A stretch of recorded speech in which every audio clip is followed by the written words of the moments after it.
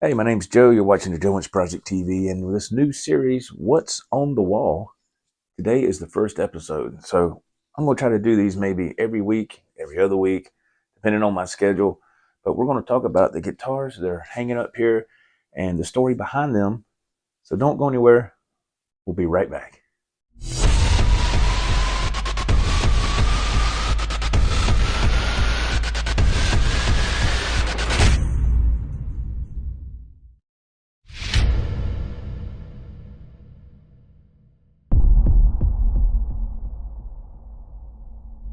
All right, welcome back to What's on the Wall.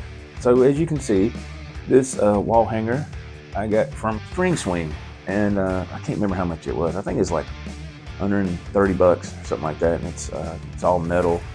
It's nice, man. I like it. And you can put 5 guitars on here if you want. If you angle the guitars over some, you can put a 5th guitar. But I like the guitars to be facing front, for obvious reasons.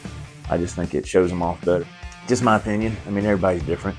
Maybe one day I will kind of turn them a little bit, put that 5th guitar on there. But anyway, let's start with this first one right here. Let's see what we got. This first guitar right here is a 2012. This is a Herman Li Artist Series Ibanez.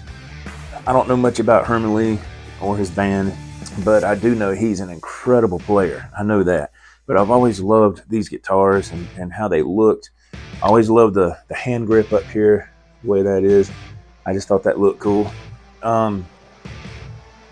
This guitar is really good. The action's a little high. I need to lower it some. I might have to dress up some frets here because when I put the action a little lower, I get a couple of dead spots here on the high E. Either that or the neck might need to be straightened a little bit. I don't know. We'll just have to check it out. But this guitar was a purchase from Reverb. I'd say close to 3 years ago. And the guy had upgraded. He put Seymour Duncan Invaders in it. And he put a kill switch in it, which is really cool. I do like this guitar. It's very lightweight. I've always been a huge fan of Ibanez guitars. I love these straps right here. I have a lot of these. You get them from Amazon. They're got built-in strap locks on them. And there you go. What's cool about these is you can put these on any guitar. You don't have to, take off any hardware or anything like that. I will say with these types of Ibanez guitars, you see I got the middle pickup all the way down flush with the body because it just gets in my way for whatever reason, because when I play a Strat, that doesn't happen. But with these types of guitars here, it always seems to get into my picking direction there, if you will. The tremolo arm is just a pull out right there. And you pop it right in there, and you ain't got to worry about nothing getting too tight or too loose. The free fall was perfect. You can adjust that if you want to. But I enjoy this guitar, man. I love the gold hardware, and it's really nice. I like it. Herman Li Ibanez Artist Series. He's with PRS now, so he's not with Ibanez anymore, obviously. But awesome guitar. Move on to the next one.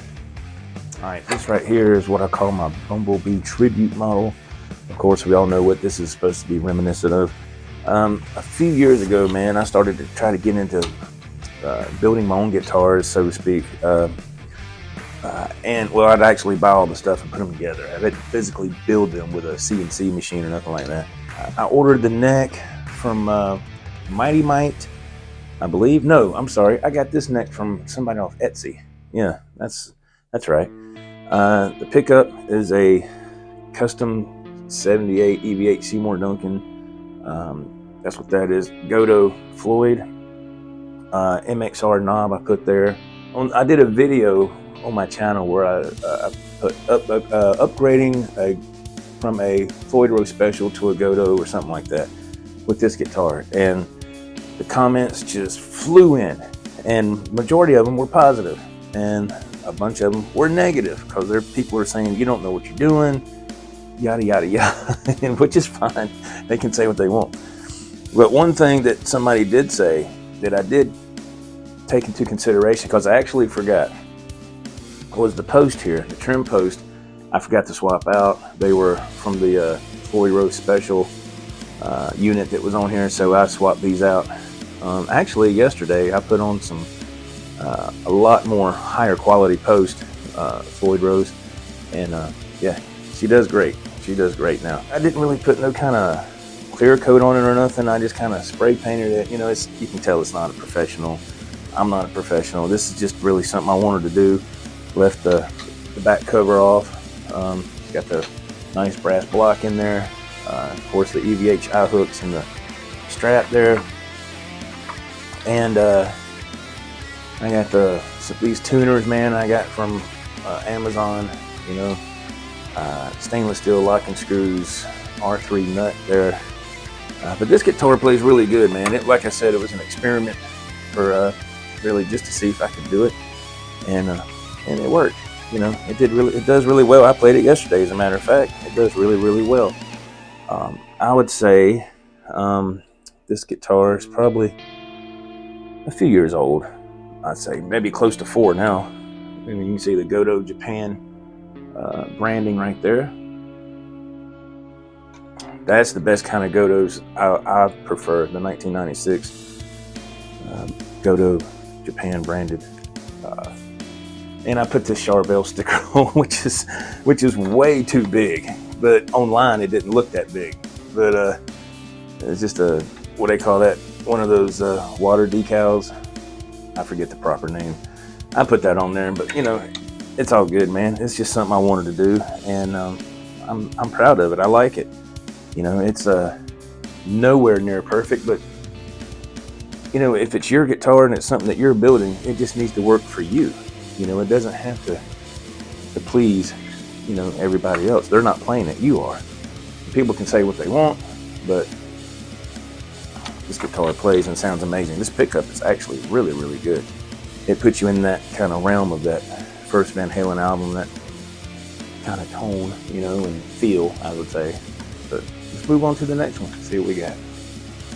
Okay, this guitar has an interesting story right here. Now, I know today, when I mean today, nowadays, EVH does sell the Wolfgang Standards with the stripes. But at the time I bought this, EVH wasn't doing that then. You had to get the specials, or, you know, whatever else, you know, the higher quality grade guitars to get the stripes. Well, I happened to see this on Reverb. I instantly was like, wow, that is amazing. That's so cool. And you could tell it's kind of supposed to replicate that Frankie kind of feel. It's even got the pick guard, the partial pick guard on there, you know, and everything else. And it has a kill switch. Now the kill switch that came with it, it would stick really bad. No matter what I did, it just continued to stick. So I had to replace the kill switch. No big deal. Again, stainless steel locking screws here. And tell I use D'Addario strings, or D'Addario. I've heard it, people say it both ways. I've always said D'Addario. So I got this from a seller on Reverb. I don't know if he wants his name advertised on here. If he sees this video and he comments and he, you know, then I'll divulge it, but I don't know. But I do know he builds guitars and he paints them, and I thought he did an excellent job on this guitar. Actually, he when I bought this guitar, he reached out to me through email and said that he recognized my name from YouTube. So I thought that was pretty wild. And he was really, really nice, super nice guy to deal with. And I've since done business with him a couple more times on some products that he's made. And he's really one of my favorite sellers. You know, if I'm in the market to get some stuff like this, or the other product I got from him, let's see, was a neck. He hooked me up with that. That'll be on another episode of What's on the Wall. I think this is just your typical EVH branded Floyd, so I guess that'd be like a Floyd 1000. I did upgrade the parts to stainless steel, the long screws right here, and the saddle inserts. I put stainless steel in there. But this is a fantastic guitar, man, and I was so blown away because it was a Wolfgang Standard, and you didn't see that, you know, at the time. You just didn't see it. And now you do, now they're around. But this was before they started to do that. And this guitar is great, man. It stays in tune very well. It just plays really good. I love the dark fretboard here, the baked neck. Man, I love that. And I think that's a common thing now on standards, which I know it is. I've got plenty of them. Let's move on to the next. Oh yeah, here we go. Time for the Charvel. This, sometimes I name my guitars, sometimes I don't, but this one I named Baby Blue. It's the color. This is an interesting story with this guitar. It started off where I had this neck. I bought this neck from the Stratosphere, and I was going to originally try to put it onto another guitar, and then it was later I found out that wasn't going to work because of the wheel right there. That's for the truss rod. You can't just put this on any guitar. I found out the hard way. I know y'all are thinking, wow, you didn't know that? No, I didn't. Like I said, I'm not an expert. So I had a Charvel neck that I couldn't use. It was sitting over there with the neck graveyard. Perfectly performing neck. And I said, man, you know what? I need to get a Charvel body. So I went back on the Stratosphere and found this. And of course it fits like a glove, and it is amazing. This is of course a Charvel San Dimas model, and it was ready to go. It was fully wired up and ready to go with all the electronics. As the official Floyd Rose on here. This guitar is one of my favorite guitars to play. So since I got these in two separate pieces, the body is a 2022, and so that's going to be about right for the neck too, I would say, because it's been a couple of years.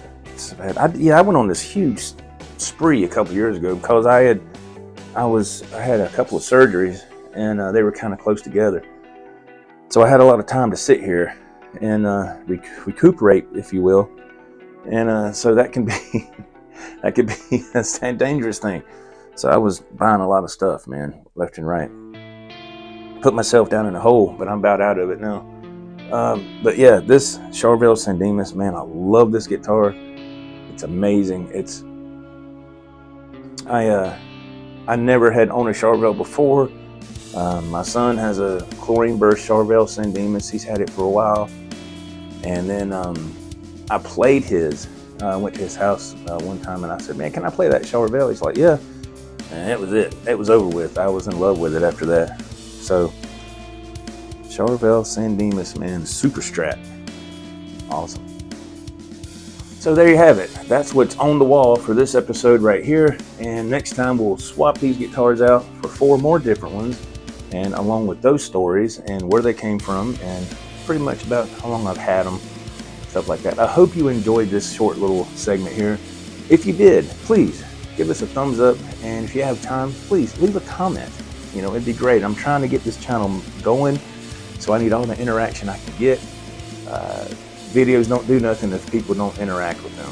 So I've been doing YouTube a long time, but I've always went kind of different directions. I've been very sporadic on this channel, so I'm trying to just focus mainly on guitar stuff now. So, and don't forget to join us every other Saturday for Talking Guitars and More.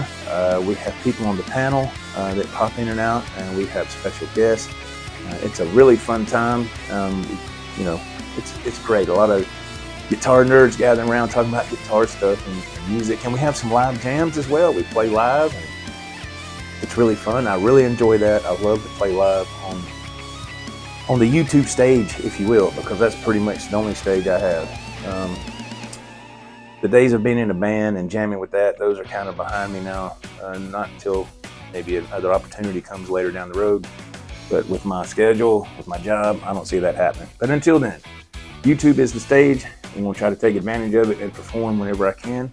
Thank you very much. Until next time, this is Joe from Joe Wentz Project TV.